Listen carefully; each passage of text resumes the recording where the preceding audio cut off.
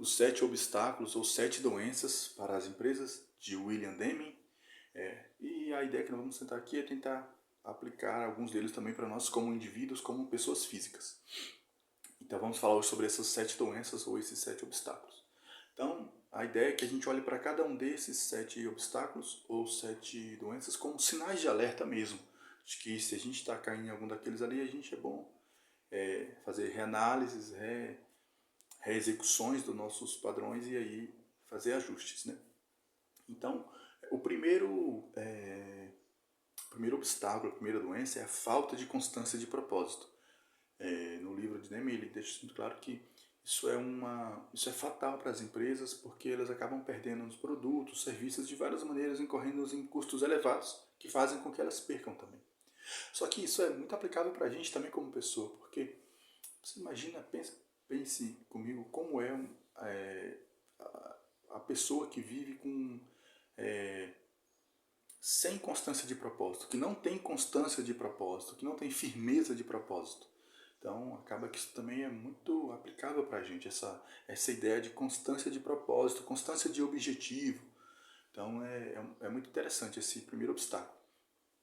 O segundo obstáculo, né, ou a segunda doença, que é claramente aplicável para a empresa, mas vamos ver como se aplica para a gente, é uma ênfase demasiada no curto prazo, ali nos ganhos de curto prazo.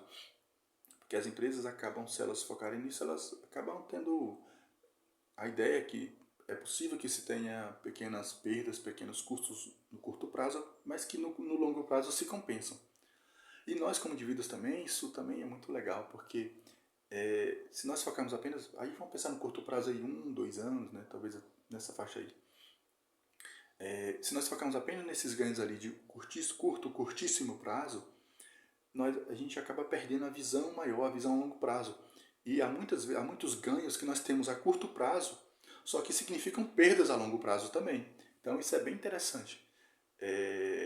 Pensar não só no curto prazo, mas também pensar no médio e no longo, e principalmente no longo prazo. Porque há muitas coisas que se faz hoje que o reflexo vai ser daqui a 3 anos, daqui a 5 anos, daqui a 10, 15 anos. Então é muito interessante pensar nisso também. Então esse é o segundo obstáculo, a segunda doença.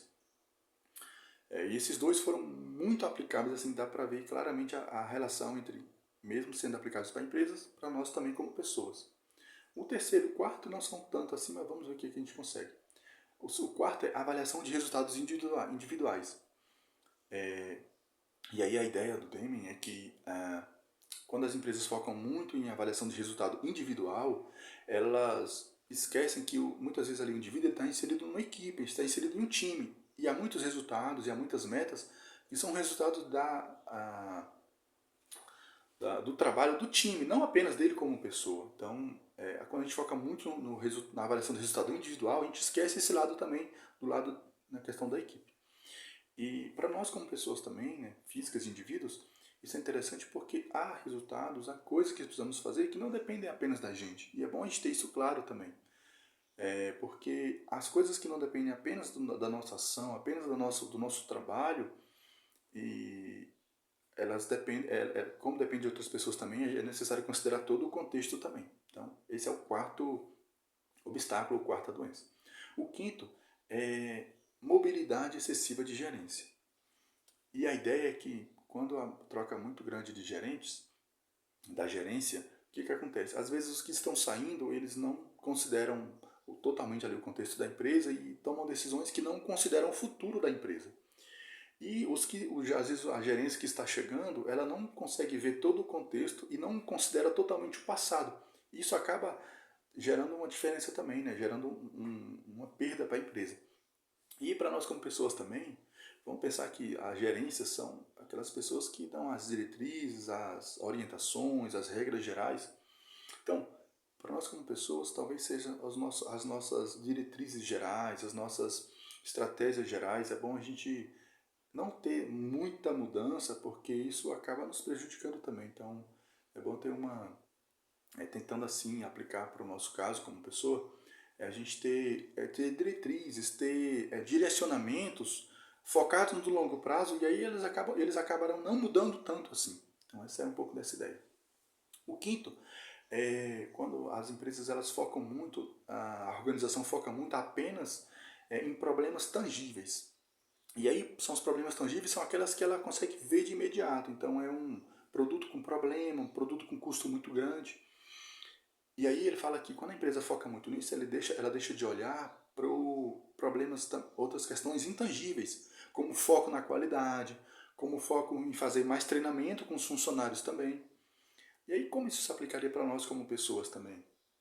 Muitas vezes a gente tá no nosso dia a dia, a gente só tem acesso aos nossos resultados ali. E muitas vezes a gente consegue ver que são coisas tangíveis ali, coisas que a gente está vendo, dificuldades que a gente está tendo, e a gente às vezes foca muito nisso.